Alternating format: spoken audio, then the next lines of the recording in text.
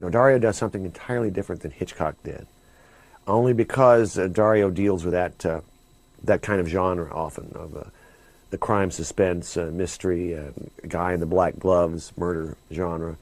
People associate that with Hitchcock, but he isn't really at all. He's actually far away from that kind of cold and precise look at things that Hitchcock was always doing. He's a very far away from that aloof kind of feeling you get with a Hitchcock movie. Dario is very, very different indeed.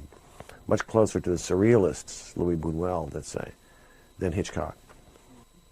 Sarei molto contento di fare una carriera come Hitchcock l'ha fatta. I would love to have a similar career to Hitchcock, but I'm different from him. I'm Latin, and so my films are more passionate. And 30 years on, the world is a very different place from when I started to make films. Dario Argento has written and produced films for other directors too. He helped George Romero, the groundbreaking creator of Night of the Living Dead, to finance and produce his sequel, Dawn of the Dead. L'ho incontrato a New York e poi dopo appunto lui venne in Italia. I met him in New York, and then he came to Italy, and he stayed in a beautiful house near the Colosseum. He wrote the film, and then I stayed with him while he did some shooting. It was a beautiful relationship, and it was the beginning of our collaboration. È stato un bellissimo rapporto.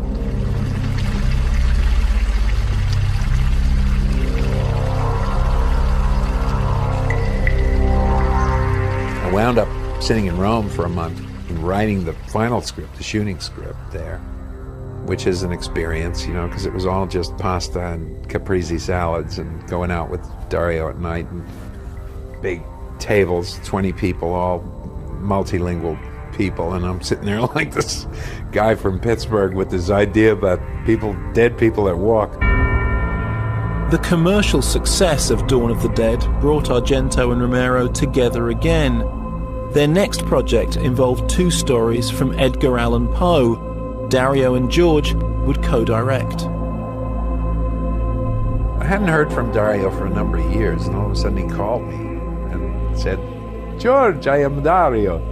And wow, so we had a great chat, and he said he wanted to do a thing with Poe stories. He would do one, and I would do one, was his plan, and they would be an hour each, or 40, 50 minutes each. And we just had a ball, like a bunch of kids playing with electric trains, you know. I think it's a fun little film. I think that's where he met Tom Savini for the first time, or worked with him for the first time. Dario Argento?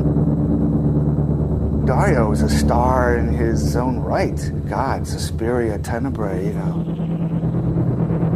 He's a volcano of the mind. We would sit there and, you know, create this stuff, you know, just thousands of ideas, and he was like picking the best one. And, you know, he doesn't speak very much English, but we could talk for hours with sign language and, you know, charade gestures and things like that. He's just fun. Tom Savini has always been fascinated by the mechanics of death. His time in the army taught him valuable lessons for his later career. The jaw is always slack, maybe one eye is slightly open and closed. Sometimes they die with smiles on their faces, you know. So, and that's what I did in Dario's movie Trauma.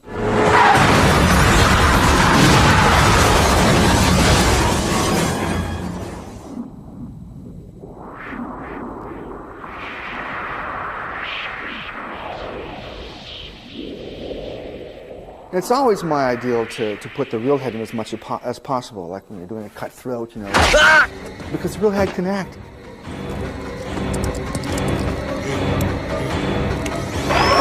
The Brad Dourif head was the best.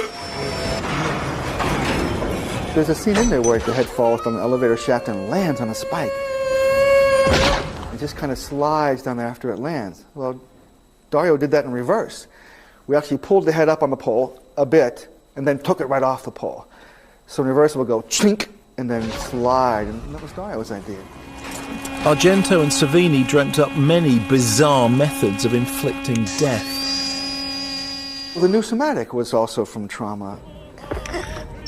Imagine in Dario's broken English describing how this machine that you would put on somebody's head would be a garrote that would tighten and take off their head.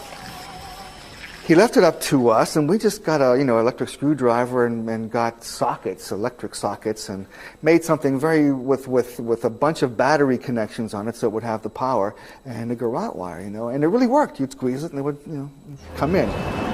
Precious. In Trauma, a thriller which Argento also directed in the States, it was actress Piper Laurie's turn to receive the Savini treatment. The most difficult part of that is what I had to do before I even left Los Angeles and go to one of those special effects places where they put plaster over you. And I'd done it once a few years before and thought I was going to die because of claustrophobia. They do stick straws in your nose, but still it was very difficult for me. The actual shooting of the beheading and all the frolicking afterwards was fascinating. I'd never done anything like that.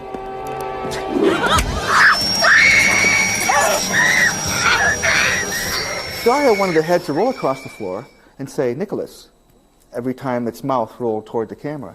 I was seated on a revolving stool, and somebody would spin me around on it, and I'd go whirling around so that they'd get a shot of the head spinning. Of course, it was very close, so you couldn't see that what was really going on. We took the floor and put it behind her on wheels.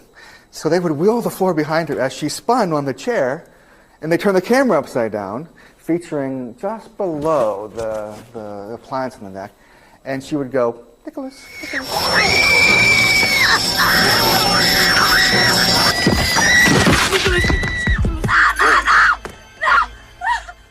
I mean, it's not often that you get beheaded and then get lines to say afterwards. Argento's imagination and technical ingenuity are not just confined to killing his characters off.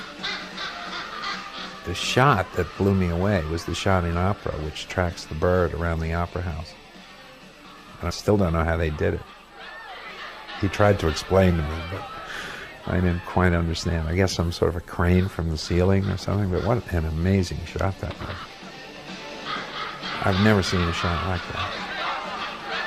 Crows were one thing, but 1987's Creepers required special effects with insects too. Dario wanted something which looked real, because he did not like special visual effects. He wanted everything to look strictly real. I shot the close-ups of the insect against the windows, but I said there is something missing. There is a long shot missing, a long shot of millions of flies coming to the house. So we got a tank with water, we had the coffee, we put the coffee into the tank and filmed it with the slow motion camera.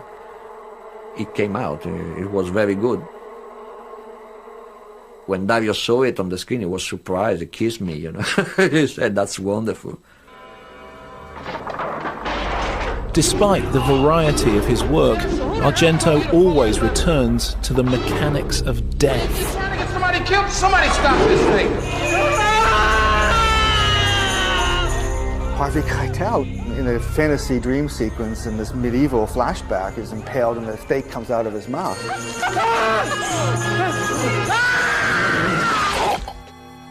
And it wasn't just audiences who were traumatized by Dario's love of graphic special effects. We got a letter from Harvey Keitel's attorney. Harvey Keitel must never be in the same room with the fake head of Harvey Keitel.